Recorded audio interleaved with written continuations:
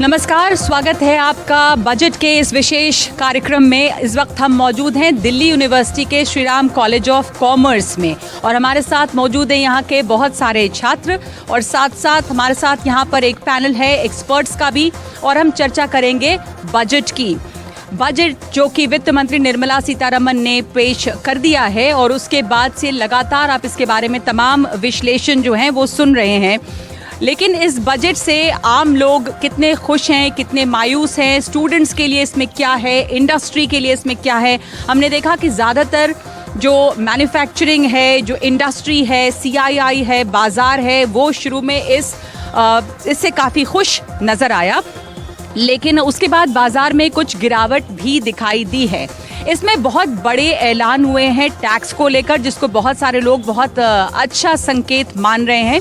तो tax slabs जो है उसमें चेंजेस हैं, उसमें बदलाव देखे जा रहे हैं। इसके अलावा क्या कुछ रहा है, क्योंकि कई जानकार जो इंडस्ट्री से हैं वो ये कहते हैं कि ये बजट सबके लिए कुछ ना कुछ लेकर आया है। इंडस्ट्री भी इससे खुश है, इससे वेलफेयर भी है, इससे विकास भी है। तो बाकी जो लोग हैं, जाहिर सी बात है कि जो विपक्ष है वो कह रहा है कि कुछ भी इसमें खास नहीं है, सब कुछ दिखावा है और ये एक पॉपुलिस्ट बजट भी है, क्योंकि याद रखिए कि हम चुनावी साल में हैं और उसके बाद चुनाव को नज़र में रखते हुए कुछ ऐसी घोषणाएं की गई हैं जो सिर्फ इस समय घोषणाएं लग रही हैं, वो कितनी कार्यान्वित होंगी ये देखना है। पर बहुत सारे सेक्टर्स ऐसे भी हैं, जैसे मनरेगा हो गया, जैसे हेल्थ सेक्टर हो गया, जहां पर जो बजट पिछले बार था उससे कुछ कटौती की गई है, यानी कि इसमें जो फंडिंग है उसमें कटौती हुई है। पर पहले मिलवा दूं मैं आपको यहाँ पर मौजूद लोगों से, जिनसे हम जानेंगे कि उनकी प्रतिक्रिया क्या रही है बजट पे। तो हमारे साथ यहाँ पे जुड़ रहे हैं सौरभ सान्याल, जो कि सेक्रेटरी जनरल हैं PhD CCI के, और साथ साथ इस वक्त हमारे साथ हैं आकाश जिंदल जो इकोनॉमिस्ट हैं। तो और बाकी तमाम स्टूडेंट्स हैं हमारे साथ यहाँ पर Shri Ram college of commerce में, कॉमर्स पढ़ने वाले छात्र भी, और यहाँ पर कॉमर्स का एक सोसाइटी है। इन्होंने, मैं आपको बता दूं कि एक अपना खास विश्लेषण किया है बजट के ऊपर। यहाँ भी ये सब लोग बजट देख रहे थे और जिस तरह से कि CII में और दूसरी जगहों पर आप देखते हैं कि बजट का एनालिसिस होता है, यहाँ पे भी एनालिसिस हुई है। पर शुरुआत सौरभ जी मैं आपसे करना चाहती हूँ कि इस बजट को सबसे पहले तो जब सब लोग पूछते हैं वही मैं पूछूंगी आपसे कि आप कितने नंबर देंगे 10 में? 10 आउट ऑफ 10 में आप 11 नंबर तो नहीं दे देंगे कहीं से?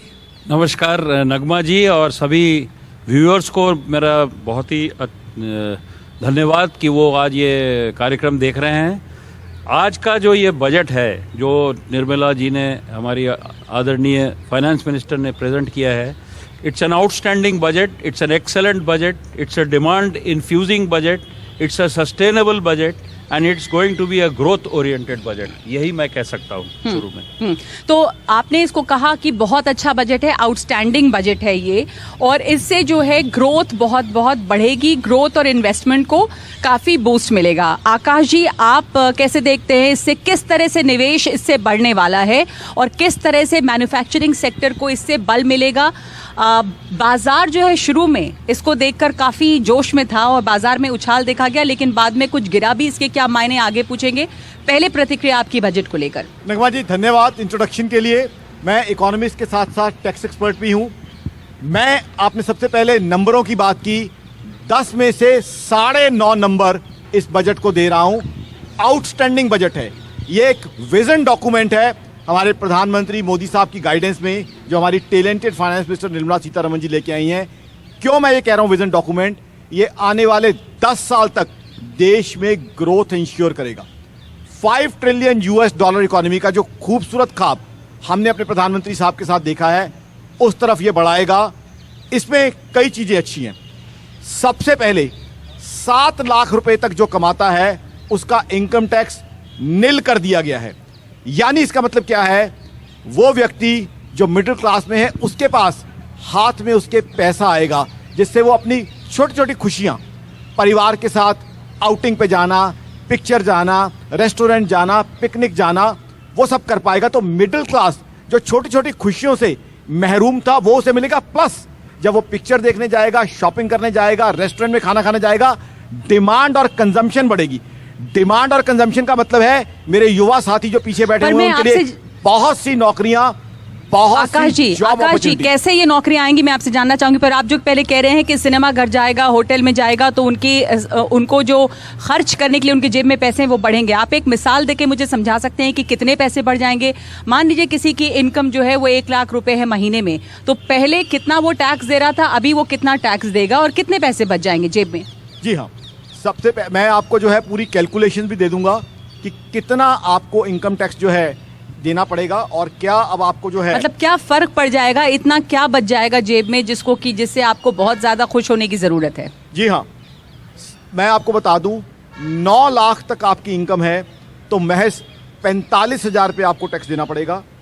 15 लाख आपकी इनकम है ये तो सालाना इनकम की बात हम कर रहे हैं ना, एनुअल इनकम की। हाँ, मैं वही पूछ रही हूँ कि अगर मान लीजिए महीने की हम बात करें तो हमारे जेब में किसी के भी अगर 1 लाख रुपए कमाता है तो क्या टैक्स देता था, अब क्या टैक्स दे देगा? तो अब जो है 45,000 टैक्स देगा तो उसके पास बचत हो जाएगी काफी। सिमिलरली 15 लाख की बचत हो जाएगी। अब वो कैसे फायदा होगा? अब सिनेमा हॉल जो जाता है पहले तो टिकट परचेज करेगा, मूवी वो टिकट्स तो सस्ते हुए नहीं, वहाँ तो बहुत जीएसटी लगती है। यही तो कह रहा हूँ, यही तो टिकट्स तो महंगे हैं, रेस्टोरेंट में बिल्स भी बहुत हैं। आपने खूबसूरत क्वेश्चन पूछा, क्योंकि रेस्टोरेंट में बिल बढ़ रहा है, मल्टीप्लेक्स की टिकट बढ़ रही है, इसीलिए मिडिल क्लास जो है वो इन छोटी छोटी खुशियों से महरूम था। अब क्योंकि रेट तो सस्ते हुए नहीं, 2 तरीके हैं, एक तो दाम सस्ते कर दो, दूसरा कमाई बढ़ा दो। अब ये बजट दाम सस्ते नहीं कर रहा है, मैं आपको बता दूं, लेकिन कमाई बढ़ा रहा है। तो बिल्कुल आप बहुत सही डायरेक्शन में जा रही हैं और आपका बढ़िया खूबसूरत प्रश्न मुझे बहुत कुछ आंसर करने का मौका देगा। रेट तो वही है, शायद और बढ़ जाए, बट आपके पास एक्स्ट्रा पैसा होगा मल्टीप्लेक्स की टिकट खरीदने का, वहां जाके पॉपकॉर्न खाने का, वहां पार्किंग के लिए देने का। उससे क्या होगा? बहुत लोगों को रोजगार मिलेगा। एक पिक्चर अगर बनती है 2000 लोग जो हैं डायरेक्टली और इनडायरेक्टली जो है रोजगार मिलता है। नई कार आप खरीदेंगे उसकी ईएमआई, ठीक है, नई कार जो इतने पैसों से नहीं आ सकती लेकिन लोन पे दी जाती है, ईएमआई देने का पैसा आ जाएगा और एक कार बनती है नगमा जी, 12,000 लोगों को उससे रोजगार मिलता है। कोई उसके नट बोल्ट देता है, कोई उसके टायर देता है, कोई उसकी बॉडी बनाता है, कोई स्टीयरिंग बनाता है, डीलर के यहाँ 50 आदमी तो काम करते हैं, बैंकर फाइनेंस करता है, मैकेनिक उसको रिपेयर करता है, इंश्योरेंस कंपनी इंश्योर करती है, एडवर्टाइजिंग कंपनी जो है एडवर्टाइज करती है। 12,000 के आसपास लोगों को रोजगार मिलता है। तो हमारे युवा साथियों के लिए बहुत बहुत बढ़िया।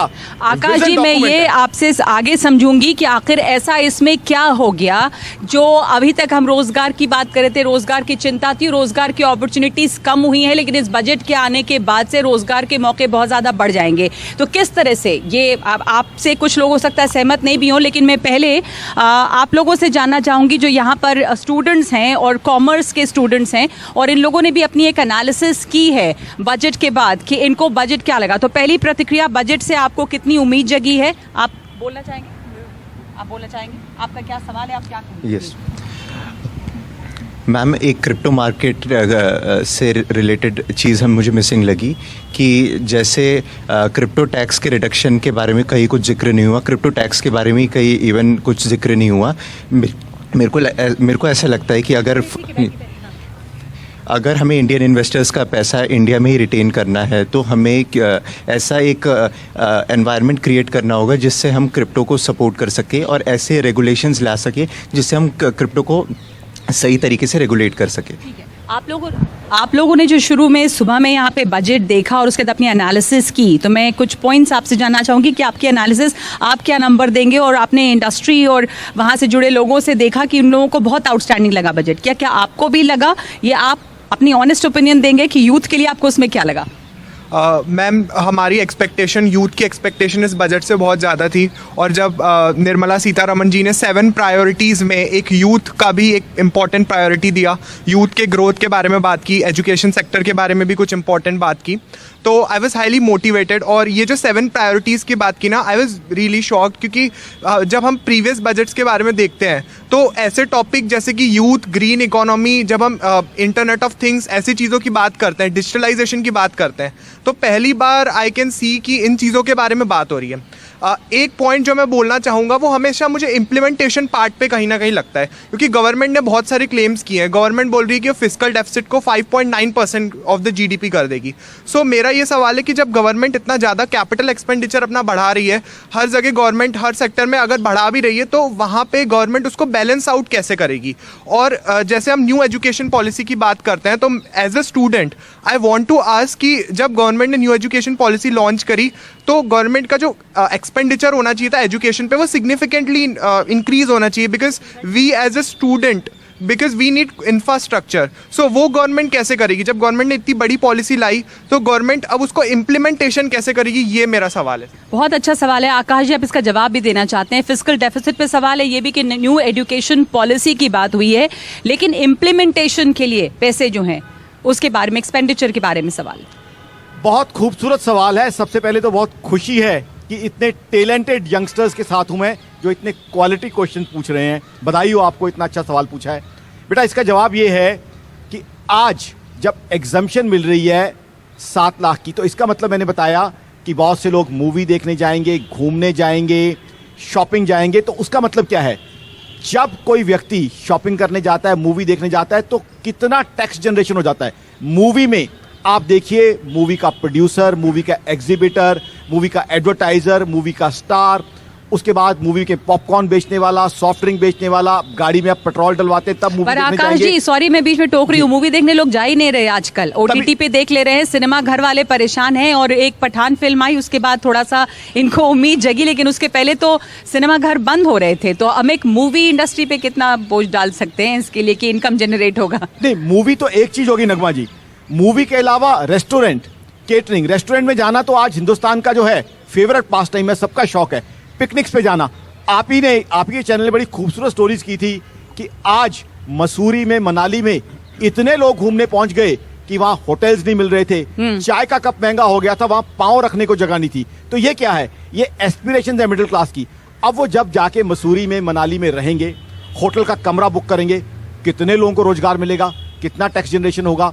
वहां जाके रेस्टोरेंट में खाना खाएंगे, टूरिस्ट गाइड को एंगेज करेंगे, तो वो जो है उससे बहुत टैक्स जनरेशन होंगे। यानी कि मेरा कहने का मतलब ये है, जहां मैं पहुंचाना चाहता हूं, the point which I want to drive home is कि अपेरेंटली आपको लगता है कि सरकार ने टैक्स फोरगो कर दिया, वो अपेरेंटली है। सरकार ने जितना टैक्स कंसेशन दिया है उससे कहीं ज्यादा टैक्सेस जब मिडिल क्लास जाके खर्चा ठीक करेगा। है, मैं आपकी बात समझ गई कि स्पेंडिंग ज्यादा होगी, लोग अपनी जेब में, उनके पास पैसे होंगे, वो ज्यादा खर्च कर सकेंगे। टूरिज्म सेगमेंट की आपने बात की, सौरभ सान्याल, इस सेगमेंट के लिए आपको ऐसा क्या दिखा यहाँ पर पुश जिससे टूरिज्म बढ़े, जिससे एक तो निवेश भी बढ़े, और अब हमने होटल इंडस्ट्री की भी बात की है आकाश जी ने, लेकिन ये भी देख रहे हैं कि ये जो फूड डिलीवरी वाला ही एक सेगमेंट था बहुत बड़ा जिसमें नौकरियां थी, स्विगी है, जोमेटो है, वहां पे ले ऑफ्स और जॉब कट्स भी बहुत हुए हैं। तो ये बजट इन सब आशंकाओं के बीच में भी आया है। देखिए, सबसे पहले तो जो कैपिटल केपेक्स जो गवर्नमेंट ने बढ़ाया है 33% का जी। इसमें बढ़ाव आया है जी। जो कि 10 लाख करोड़ तक का निवेश किया है इन्होंने। इससे जॉब अपॉर्चुनिटीज बहुत इंक्रीज हो जाएंगी। दूसरा, इंफ्रास्ट्रक्चर सेक्टर में बहुत बड़ा निवेश आया है, 75,000 crore, from 47,500 crore to 75,000 crore. This is a very big boost to the infrastructure sector. Infrastructure जो है एक बैकबोन है किसी भी कंट्री की इकोनॉमी का। इकोनॉमी तभी बढ़ती है जब इंफ्रास्ट्रक्चर बढ़ता है, या जब इंफ्रास्ट्रक्चर बढ़ती है तो इकोनॉमी बढ़ता है। Both things are true. तो इंडस्ट्री को तो इससे बहुत फायदा होगा, जॉब क्रिएशन को इससे बहुत फायदा होगा, बहुत सारे जॉब्स आएंगे। और जो एजुकेशन सिस्टम में जो बदलाव लाया है इस बजट ने, जो green energy, green gases, hydrogen mission पे जो इन्वेस्टमेंट्स की बात हुई है 19,700 crore, this shows the intent of the government बहुत ही तरीके से, बहुत ही ग्रोथ ओरिएंटेड बजट को उन्होंने पेश किया है। आदरणीय प्रधानमंत्री। तो सौरभ जी, जो इंडस्ट्री को चाहिए था वो मिला क्या? आप लोगों की क्या डिमांड थी? They have got more than what they desired. तो मैं आपसे पूछ सकती हूँ कि आखिर क्या वैसी चीजें थी? अगर आप 4-5 बातें ऐसी बड़ी मुझे बता सके, सिंप्लीफाई करके, जिससे लोग भी समझें कि आखिर इंडस्ट्री क्यों खुश है और कैसे इससे एम्प्लॉयमेंट, नौकरियां कैसे जनरेट हो रही हैं। सबसे बड़ी बात MSME को सेक्टर को हुआ है। एक जो निवेश इन्होंने दिया है 9,000 करोड़ का जो इन्होंने इमरजेंसी क्रेडिट लाइन में जी। दिया है, उससे ओवरऑल 2 लाख करोड़ का जो है इमरजेंसी क्रेडिट लाइन बढ़ गया है, जिससे एमएसएमई को बहुत फायदा होगा।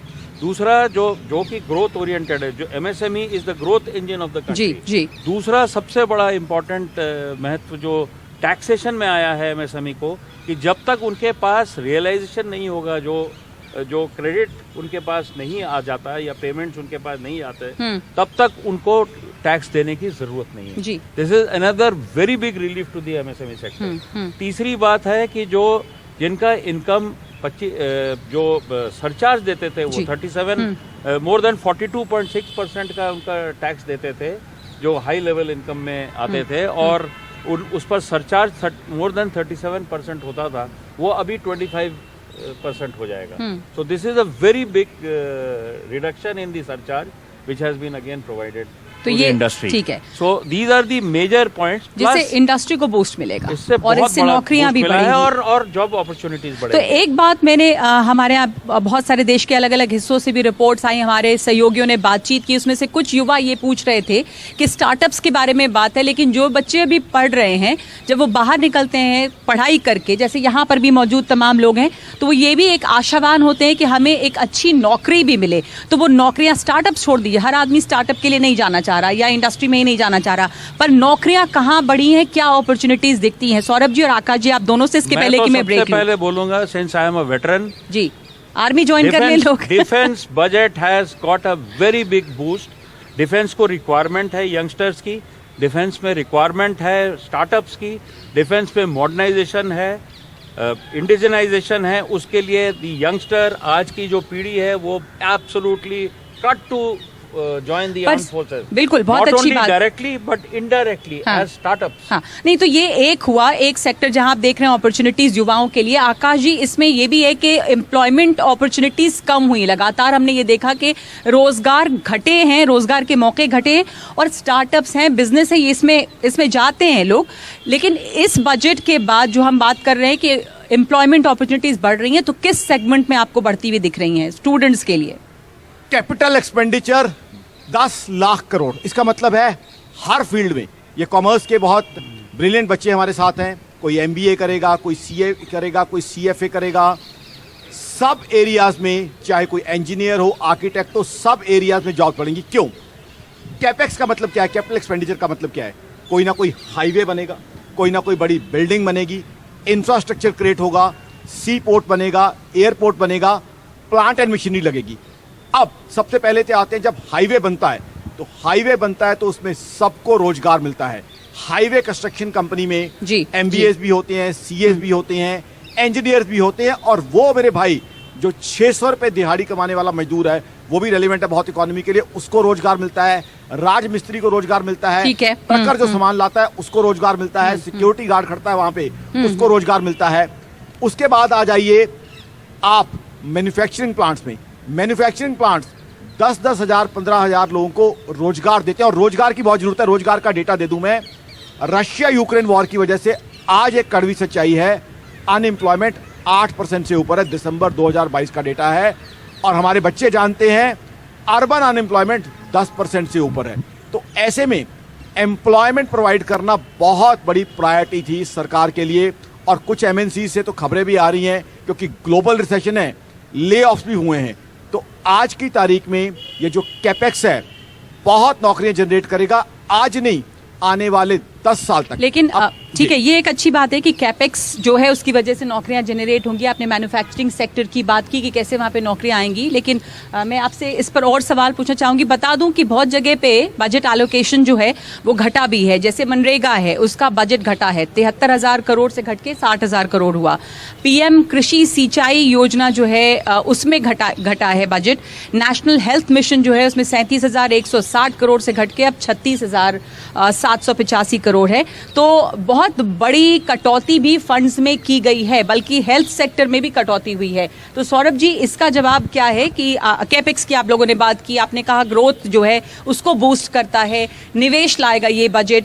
लेकिन मेरा सवाल ये भी है कि क्या ये बजट में जो हम ग्रोथ देख रहे हैं वो ग्रोथ क्या इंक्लूसिव है? क्योंकि एक बात ये भी सामने आई है पैंडेमिक के बाद खास करके कि वो डिवाइड है अमीर और गरीब के बीच वो बहुत बढ़ा, the rich have become richer, अमीर और अमीर हुए हैं, गरीब और गरीब हुए हैं। तो क्या ये बजट इंक्लूसिव ग्रोथ की दिशा दिखाता है क्या? देखिए, मेरे हिसाब से तो पैंडेमिक में जितना भी इंफ्रास्ट्रक्चर डेवलपमेंट हेल्थ सेक्टर में होना था या आयुष की दिशा में होना था वो पूरा हो चुका है।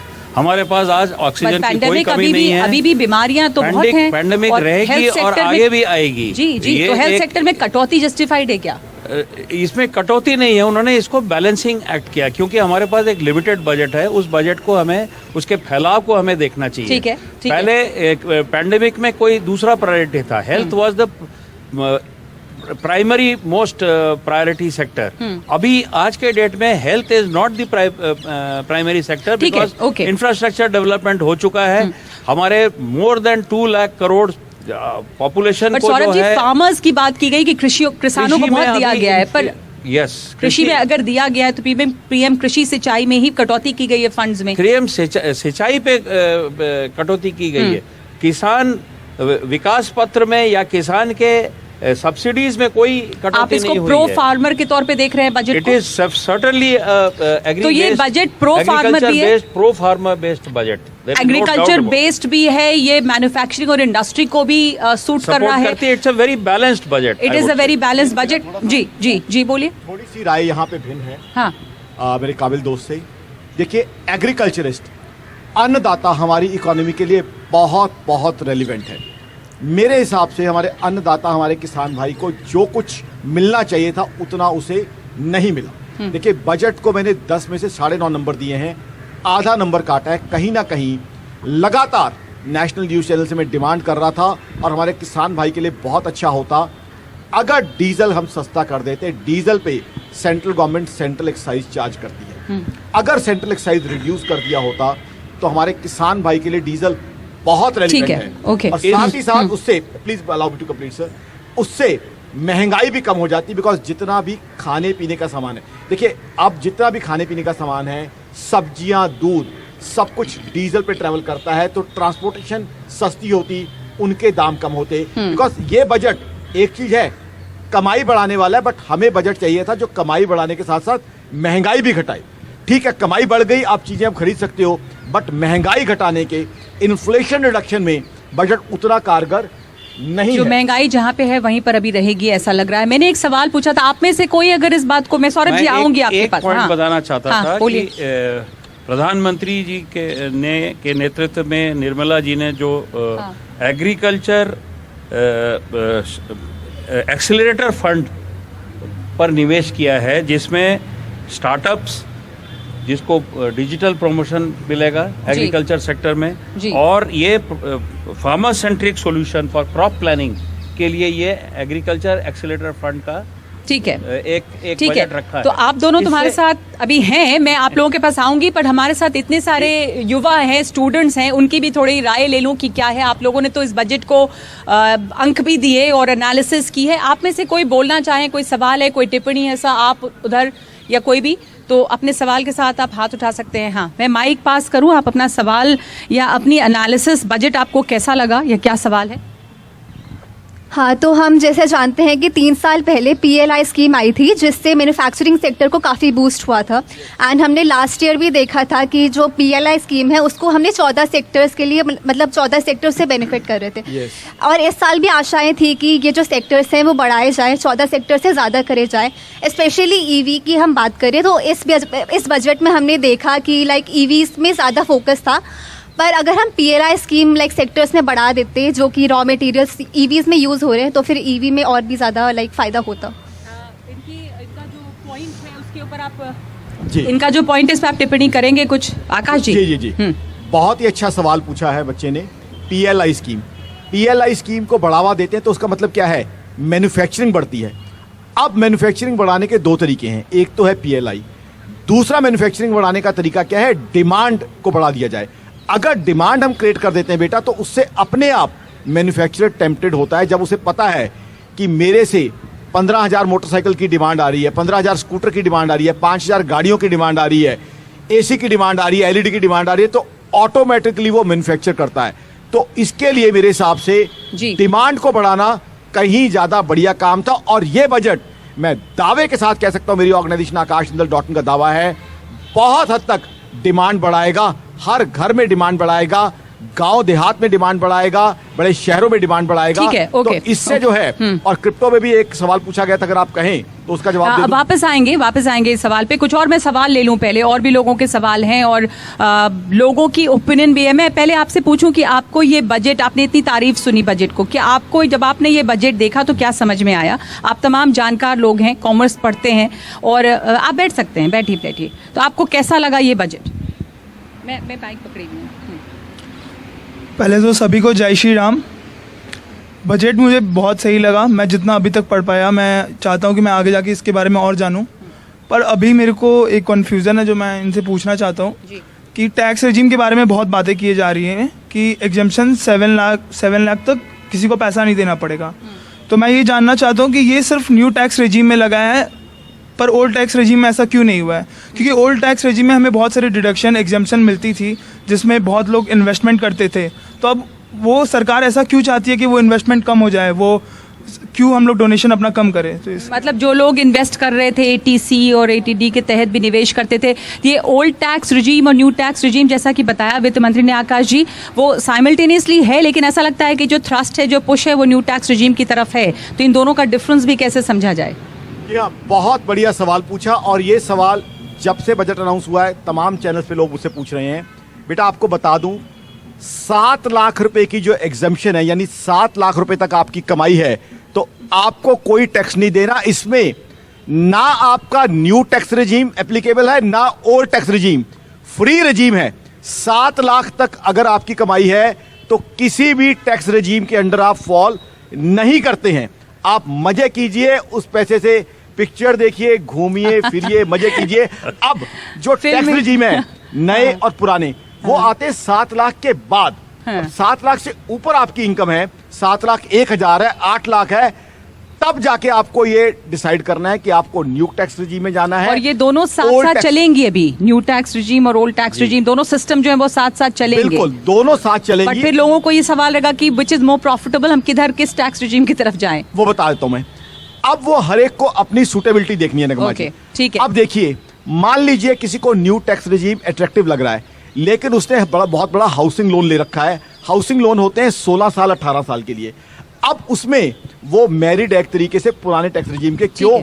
उसे एटीसी का बेनिफिट लेना है, प्रिंसिपल रीपेमेंट पे, इंटरेस्ट कंपोनेंट पे सेक्शन 24B का बेनिफिट लेना है, तो वो ओल्ड टैक्स रिजीम के साथ ही स्टिक करेगा।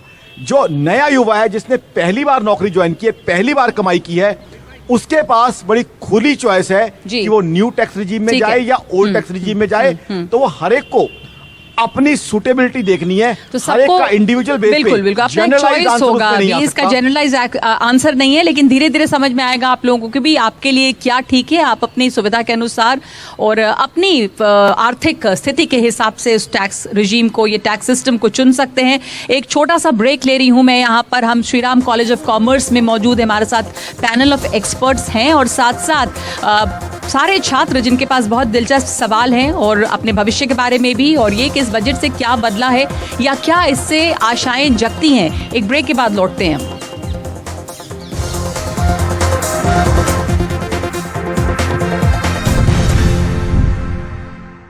एक बार फिर से स्वागत है आपका। हम यहाँ पे मौजूद हैं दिल्ली यूनिवर्सिटी में श्रीराम कॉलेज ऑफ कॉमर्स में, जहाँ पर हम चर्चा कर रहे हैं अपने पैनल ऑफ एक्सपर्ट्स के साथ। साथ ही हमारे साथ स्टूडेंट्स हैं जिनके तमाम सवाल हैं इसे लेके, और ये सब कॉमर्स के छात्र हैं, बजट को समझ रहे हैं और ये भी जानना चाह रहे हैं कि इस बजट में भविष्य के लिए क्या है, उनके लिए क्या मौके हैं।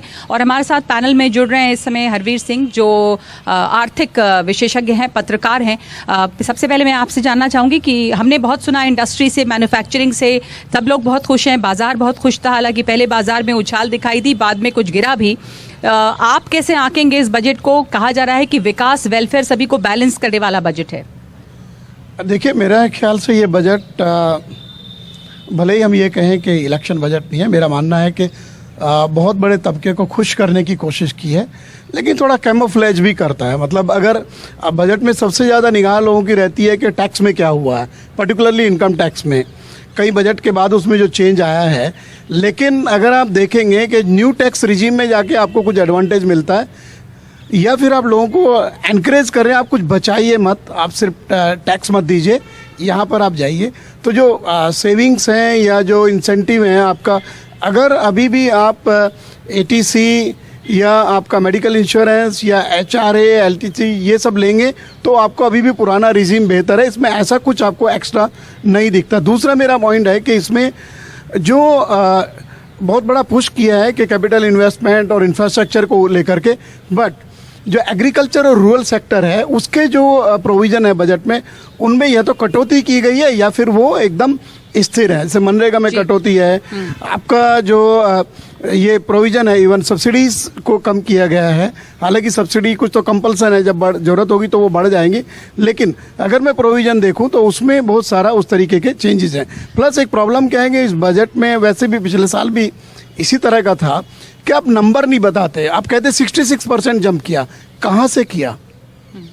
तो ये जो एक परंपरा बनी है बजट में कि आप नंबर बता के उसके ऊपर ये नहीं बताते कि बजटरी प्रोविजन ये था, आपका रिवाइज एस्टिमेट ये आया है और अब हम नया ये कर रहे हैं, तो एक क्लैरिटी होती है कि आपको दिखेगा। जी हरवीर जी, मैं एक बात आपसे पूछना चाहती हूँ, सिंपल एक छोटा छोटा ब्रेक डाउन अगर कर लें। हमने अभी सुना कि एम्प्लॉयमेंट अपॉर्चुनिटीज इससे बहुत बढ़ रही हैं और बहुत नौकरियां आएंगी, आप अग्री करते हैं?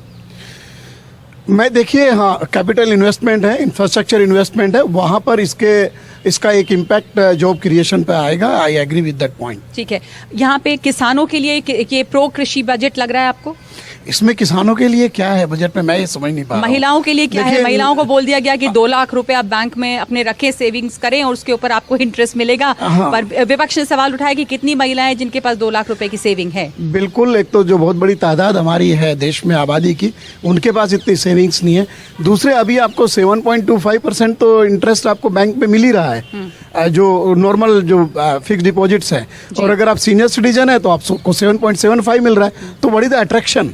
और IMF ने जो कहा कि भारत जो है एक ब्राइट स्पॉट है, और कल IMF की रिपोर्ट आई, उसके बाद इकोनॉमिक सर्वे, उसमें कहा गया कि हमारा जो ग्रोथ है वो बहुत अच्छा रहेगा। 6.1% आका IMF ने, हमारे इकोनॉमिक सर्वे ने इसको थोड़ा और बुलिश था इकोनॉमिक सर्वे, और बढ़ाया, जो कि अक्सर होता है। आपको लगता है कि ये जो बजट है हरवीर जी, वो उस ट्रैजेक्टरी, उस दिशा में चलने के लिए मददगार साबित होगा कि ग्रोथ बनी रहे हमारी? असल में देखिए, जो इकोनॉमिक सर्वे ने भी बोला है और IMF का एस्टिमेट आया, उसके पहले जो अंकटाड का भी आया था, तो सवाल है कि उसमें बहुत सारे राइडर्स हैं, और हमारा जो इकोनॉमिक सर्वे है वो राइडर्स उसने भी बताए हैं कि हम लोग वो 6.8 तक जाएंगे, ये एक अनुमान है। लेकिन साथ में ये भी है कि जो ग्लोबल रिसेशन की स्थिति है, बहुत सारी जो बड़ी इकोनॉमीज हैं वो कॉन्ट्रैक्ट हो रही है या उनका ग्रोथ बहुत कम है, और हमारा जो ये जो इंटरनेट, जो हमारा ग्लोबल जो इकोनॉमी है उसके साथ इंडिया का लिंकेज बहुत स्ट्रांग है, और इसमें क्लियर कहा है कि हमारे एक्सपोर्ट्स प्रभावित होंगे, हमारा करंट अकाउंट डेफिसिट बढ़ेगा, हमारा जो ये जो करेंसी का जो वैल्यू है वो कम हो सकता है।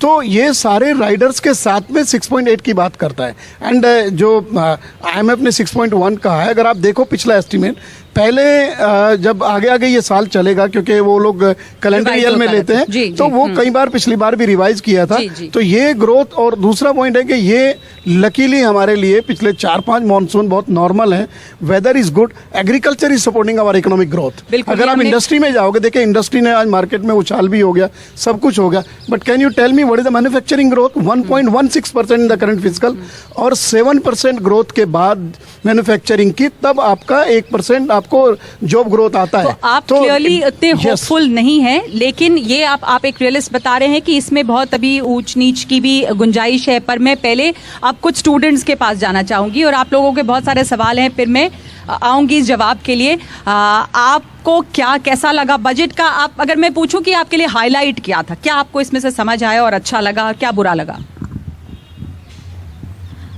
तो इस बजट मेरे को काफ़ी अच्छा लगा, कैसे ये बहुत यूथ ओरिएंटेड था, और काफ़ी सारे एस्पेक्ट्स को, ग्रीन ग्रोथ और बहुत सारी चीज़ों को इसने कवर किया।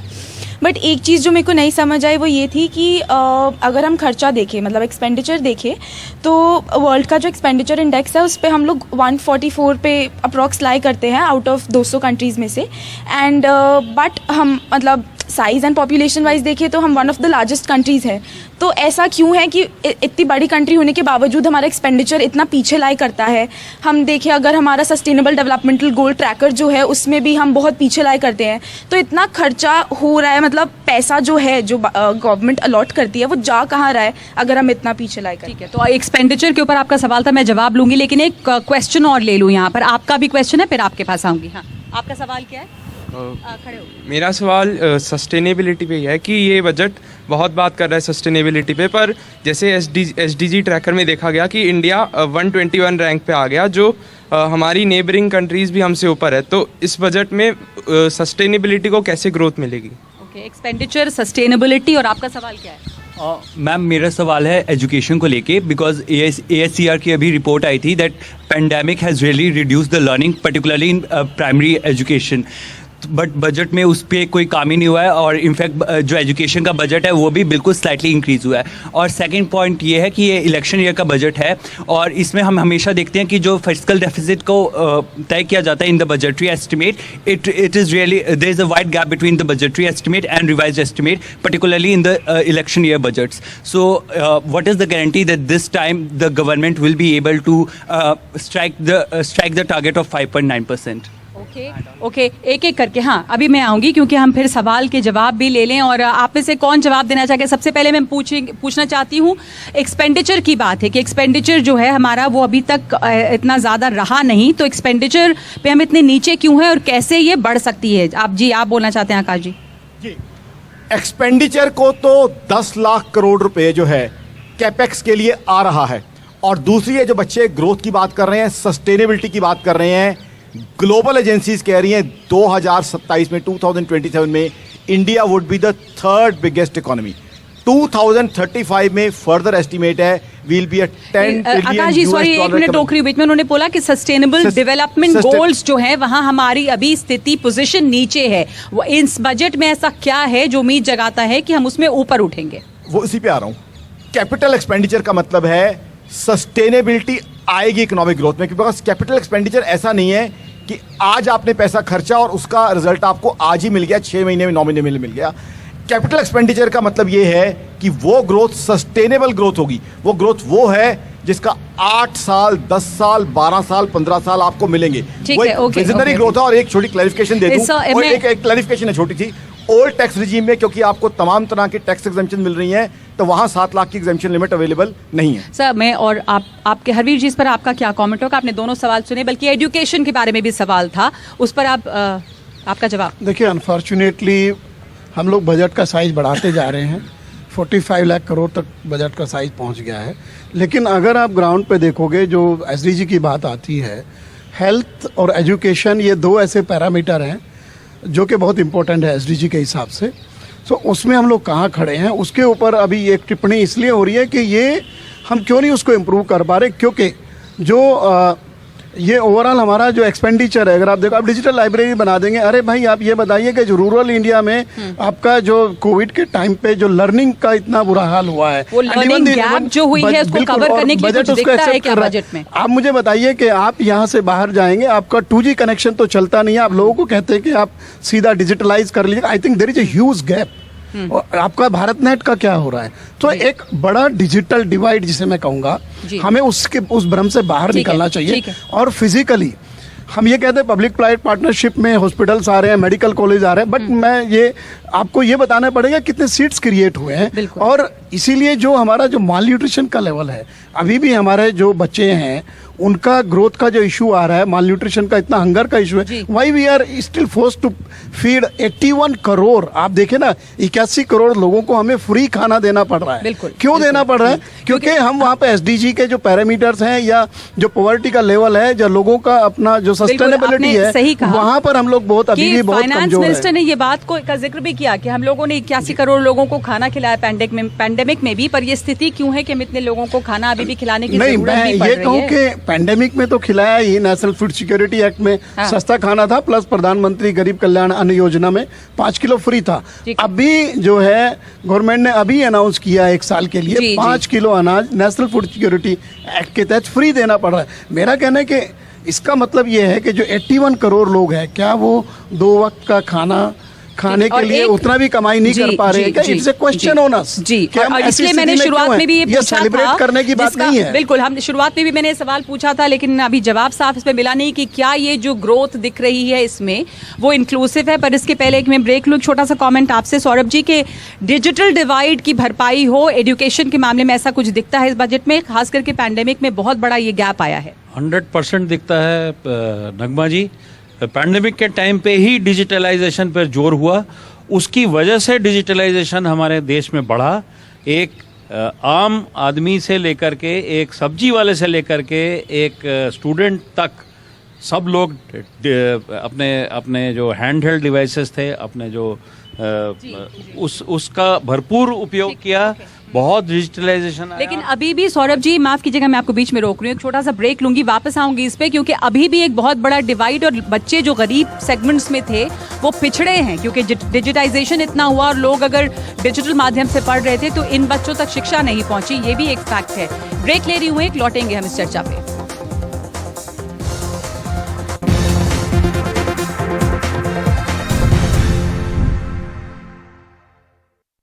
एक बार फिर से स्वागत है आपका। श्रीराम कॉलेज ऑफ कॉमर्स में हम मौजूद हैं आज और चर्चा कर रहे हैं बजट पर। बहुत सारे स्टूडेंट्स मेरे साथ हैं, कॉमर्स के छात्र, और सबके सवाल और सबके कमेंट्स हैं इस बजट पे। आप में से कौन पहले सवाल करना चाहेगा? छोटा सा सवाल, समय कम है अब।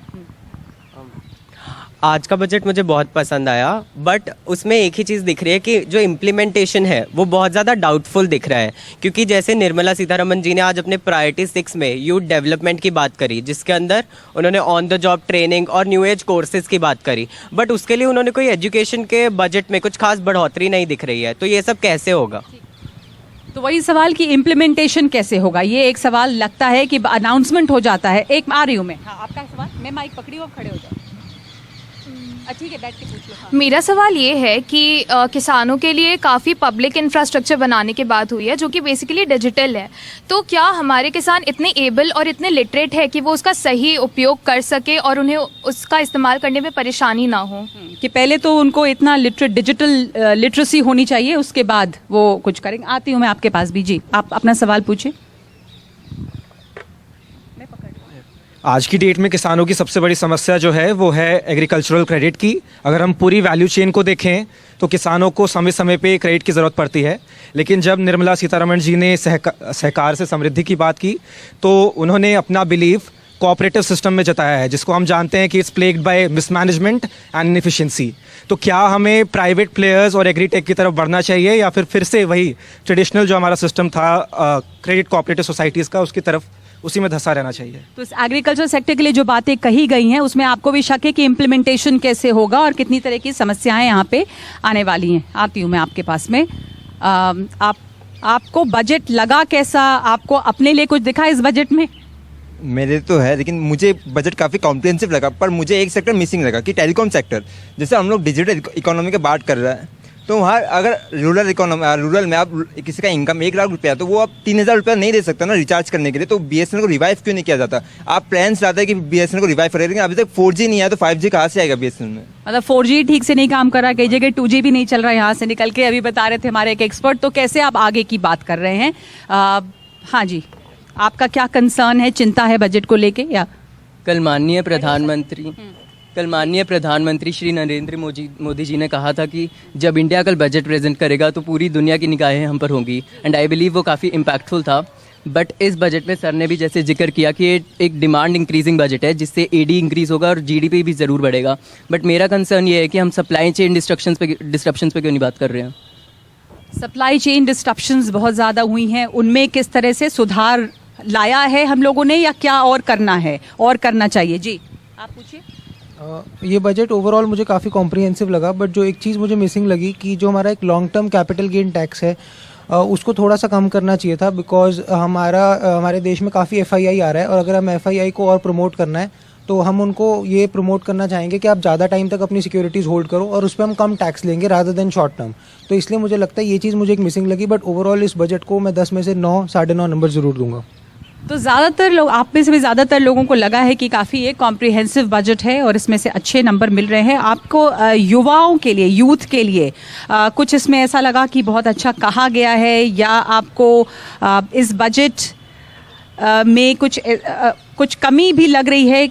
आपको लग रहा है ये इंक्लूसिव ग्रोथ की बात कर रहा है, या जैसे बहुत लोगों ने शक जाहिर की कि बहुत सारी बातें कही गई हैं पर इनका इम्प्लीमेंटेशन होगा कैसे, बहुत लूप होल्स हैं?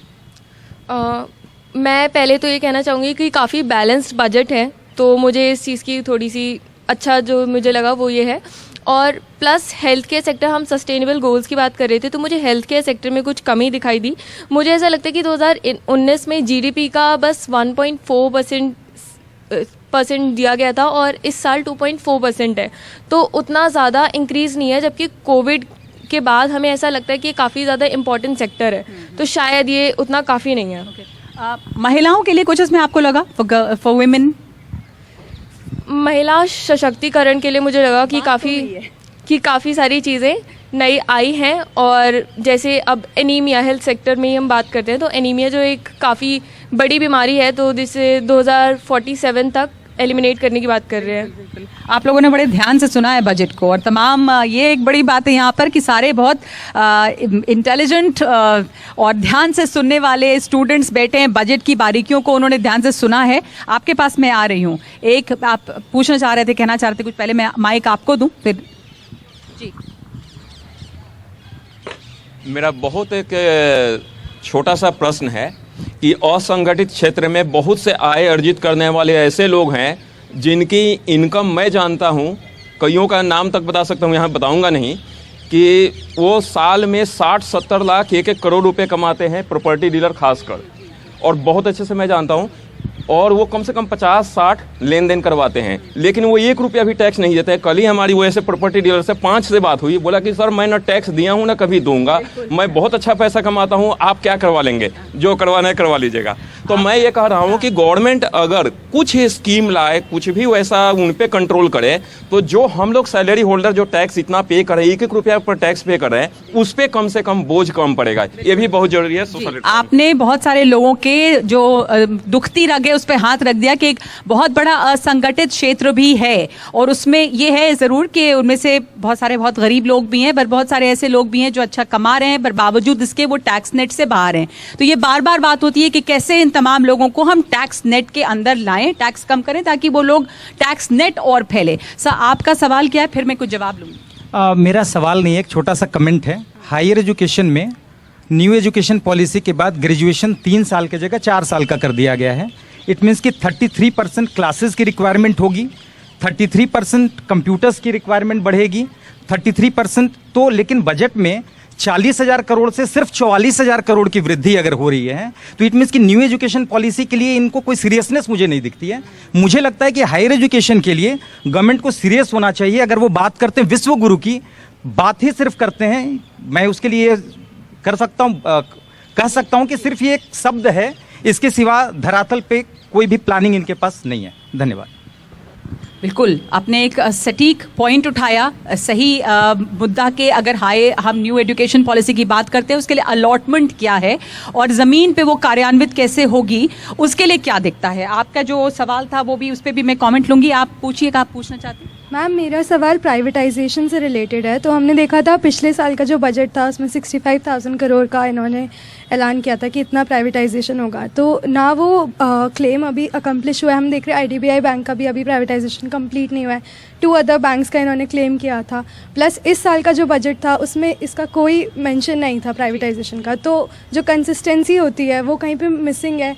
और why suddenly this topic has out of like has been thrown out, focus से बाहर हो गया।